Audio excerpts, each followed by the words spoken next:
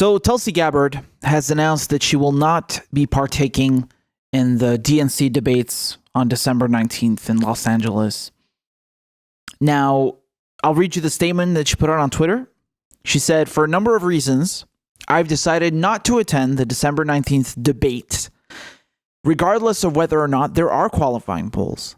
I instead choose to spend that precious time directly meeting with and hearing from the people of New Hampshire and South Carolina." All right, so I don't think Tulsi Gabbard qualified. She met the donor threshold, 200,000, and she met the polling threshold as well, 3 out of 4 polls. The deadline is tomorrow, December 12th. But I don't think she qualified, but it doesn't matter. I mean, she's saying that even if she were qualified, she's not going to go. Now, you had lots of people on Twitter commenting underneath, all the usual nonsense. Russian asset, and, putting gifs of Putin and stuff. I mean, corporate centrists, man. What do you expect? What do you expect? They ignore everything that she has to offer as a candidate. They ignore her entire anti-war message and anti-war rhetoric. They don't care. They just focus on a bogus smear that came out of Hillary Clinton's mouth that has absolutely no basis in reality whatsoever. Like we said before, this is a congresswoman. She sits on the Armed Services Committee. She serves in the National Guard. She's been serving there for 16 years. She's a major. I mean, come on, man. You're delusional if you think she's a Russian asset. She's been vetted countless times by multiple intelligence agencies. You can be sure. You can be absolutely sure. If there was any dirt on her, it would have come out. And she wouldn't be a congresswoman nor an officer in the National Guard. So, centrists gonna centrist. What can I say? But this is an interesting development. I mean, she put the word debate in quotation marks. We all know why, because these debates are not really debates. They're a soundbite frenzy. They put 20 candidates, 10 candidates in one stage all at the same time and don't give them ample time to speak. They don't give them ample time to explain their positions nor their policies. It's ridiculous. It's a soundbite frenzy. It's a clown show, as I always say. And so they're very demeaning, these debates, They truly are. They denigrate the candidates. And Tulsi Gabbard knows this. She said this on Joe Rogan. Bernie Sanders also said this on Joe Rogan. A lot of the other candidates also made this clear. They all know that these debates are not what they should be. Okay, if you look back on 2016 when it was just Hillary and Bernie, I mean, that is a more acceptable platform because each candidate was given like 45 seconds or over a minute to answer sometimes. Come on, man. That's what we're talking about. Okay, that is acceptable. But this with 6, 7 candidates, 10 candidates on stage, come on, man. No, this is ridiculous. And as it stands now, we're going to have 7 candidates already next week on December 19th. Okay, so we have Joe Biden, we have Bernie Sanders, Elizabeth Warren, Pete Buttigieg, Klobuchar, Tom Steyer, and Andrew Yang.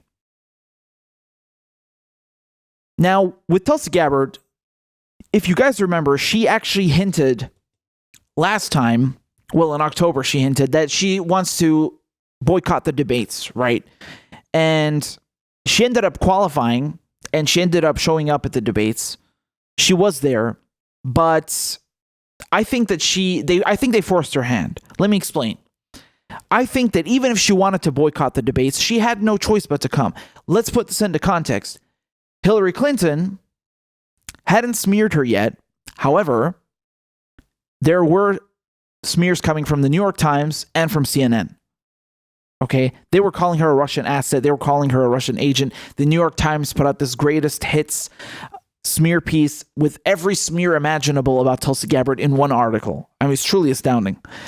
And they were smearing her on daytime national TV on CNN, saying that, hold on a second, I think she's a Russian plant. Based on what? You ludicrous clown. And so I imagine that given the smears that were happening, that were being lobbed towards her, she had no choice but to come on the debates so that she could be on this platform on national television and clear her name so that she could call out CNN and the New York Times, who, by the way, were hosting those debates. She had to do it, man. You know she had to do it to him. She had to come on there and clear her name and, you know, give them a good bollocking, as they say in the UK, because she couldn't just let that slide. They really went too far. And then, of course, you had Queen Hillary, the warmonger, come along and you know, give her two cents. But this time, I mean, things have settled a tiny bit. Hillary's moved on to attacking Bernie as the Russian asset now. And so Tulsi is kind of like, yo, I'm head out. And she doesn't want to partake in this clown show.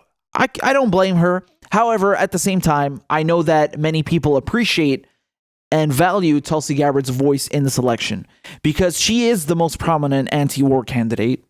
Now, we can discuss semantics about how anti-war she is. Same thing with Bernie Sanders, you know, and all the candidates. But she is the one who, I mean, that's her thing. When you think of Andrew Yang, you think of UBI. Bernie Sanders, you think of Medicare for All. Marianne Williamson, you think of Orbs. And when you think of Tulsi Gabbard, you think of anti-war, anti-regime change war. And so that is a discussion that needs to be had. I don't think there's any period in history where you could say that, oh, we don't need to have that discussion. No, we do.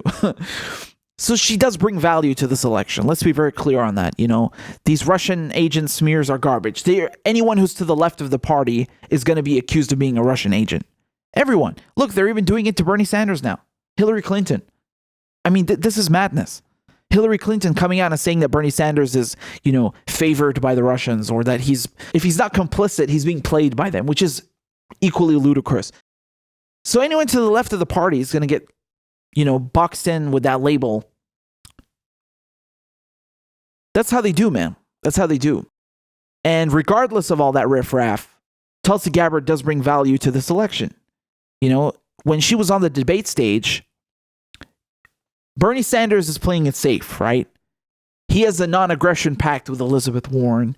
And just in general, like we were discussing earlier, he's more polite. He's more diplomatic. He keeps it chill. Now, that could also work towards his detriment at times. But given that, there is someone on stage who doesn't hold back. Tulsi Gabbard, right? If you remember how she went after Tim Ryan, that was pretty good. And then look what she did to Kamala Harris.